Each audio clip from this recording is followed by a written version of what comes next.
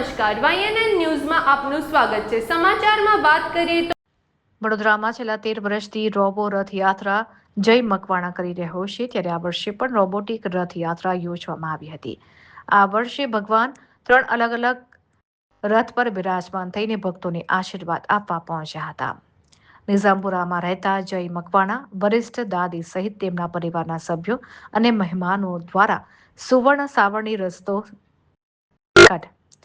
નિઝામપુરામાં રહેતા જય મકવાણા વરિષ્ઠ દાદી સહિત તેમના પરિવારના સભ્યો અને મહેમાનો દ્વારા સુવર્ણ સાવરણીથી રસ્તો સાફ કર્યા બાદ ભગવાન જગન્નાથજીની રોબોટિક રથયાત્રાને પ્રસ્થાન કરાવવામાં આવ્યું હતું।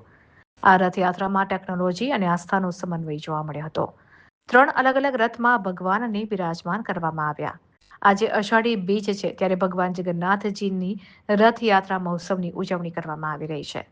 ત્યારે મોબાઈલ ઓપરેટેડ રોબોટ રથ પર બિરાજમાન થઈને ભગવાન જગન્નાથ, ભાઈ બલભદ્ર, બહેન સુભદ્રા અને સુદર્શનજીની રથયાત્રા યોજાઈ હતી, જેમાં નૃત્ય સેવા અને કીર્તન સેવા પણ પ્રભુને અર્પણ કરવામાં આવી હતી। સાથે ગૌ બાળક તેમની આગળ ચાલી રહ્યા હતા।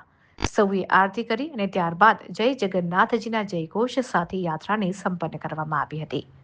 રિપોર્ટર રાહુલ રાજપૂત। જય જગન્નાથ। ગત 12 વર્ષથી વડોદરાના રાજમાર્ગ પર ભગવાન જગન્નાથ, બલદેવ, સુભદ્રા અને સુદર્શનજીની આ રોબો રથયાત્રાનું આયોજન કરવામાં આવી રહ્યું છે। એ રથયાત્રાનું આ 13મું વર્ષ વડોદરાની સંસ્કારી જનતાએ સાયન્સ અને સંસ્કારના આ સમન્વયને વધાવી લીધો છે। આ રથયાત્રાનો એક જ સંદેશ છે કે મનુષ્ય વિજ્ઞાનનો સદુપયોગ કરે।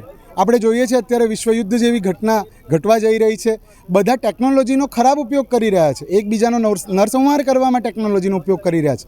ત્યારે વિજ્ઞાનની ઉપર વિશ્વના નાથ એવા જગન્નાથને આરૂઢ કરાવી અને આ નવતર રોબો રથયાત્રાનું આયોજન કરવામાં આવે છે। એમાં રસ્સી નથી, રિમોટ કંટ્રોલ છે।